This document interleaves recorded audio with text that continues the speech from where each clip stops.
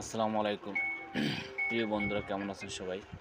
আশা করি আলহামদুলিল্লাহ সকলে ভালো আছেন। আমিও আলহামদুলিল্লাহ আপনাদের দোয়ার বরকতে ভালো আছি।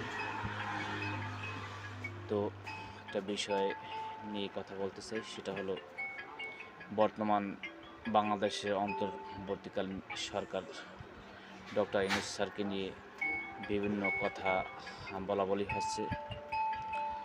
সেটা হচ্ছে যে ডক্টর ইউনূস সুদের ব্যবসা করে, ডক্টর ইউনূস সুদ খায়।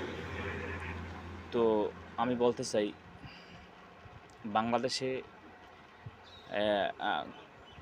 ক্ষুদ্র লোনের সবচেয়ে বড় প্রতিষ্ঠাতা এবং প্রতিষ্ঠান গ্রামীণ ব্যাংক। এই বাংলাদেশে সর্বপ্রথম এই ক্ষুদ্র লোনের ব্যবসা ডক্টর ইউনূস শুরু করছেন। ছোটবেলায়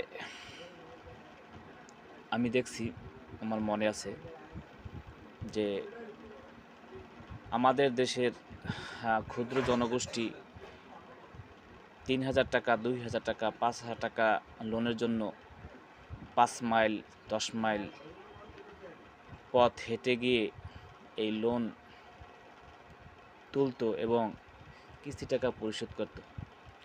তখন এই দেশে এখন শত শত ক্ষুদ্র লোনের প্রতিষ্ঠাতা আছে, ব্যবসা আছে।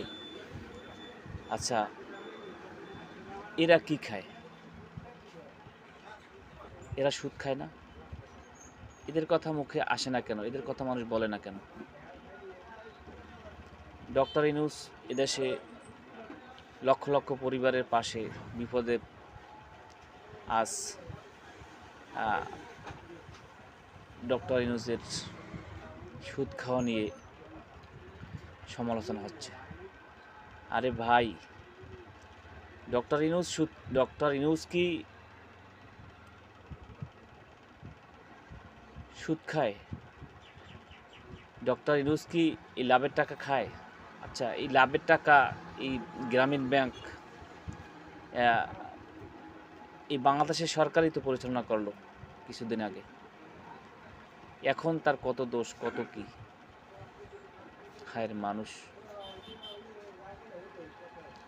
এই গ্রামীণ ব্যাংকের হাজার হাজার পরিবার কর্মরত আছে, হাজার হাজার লোক, হাজার হাজার ক্ষুদ্র জনগোষ্ঠী এই গ্রামীণ ব্যাংকের সাথে জড়িত। তারা এই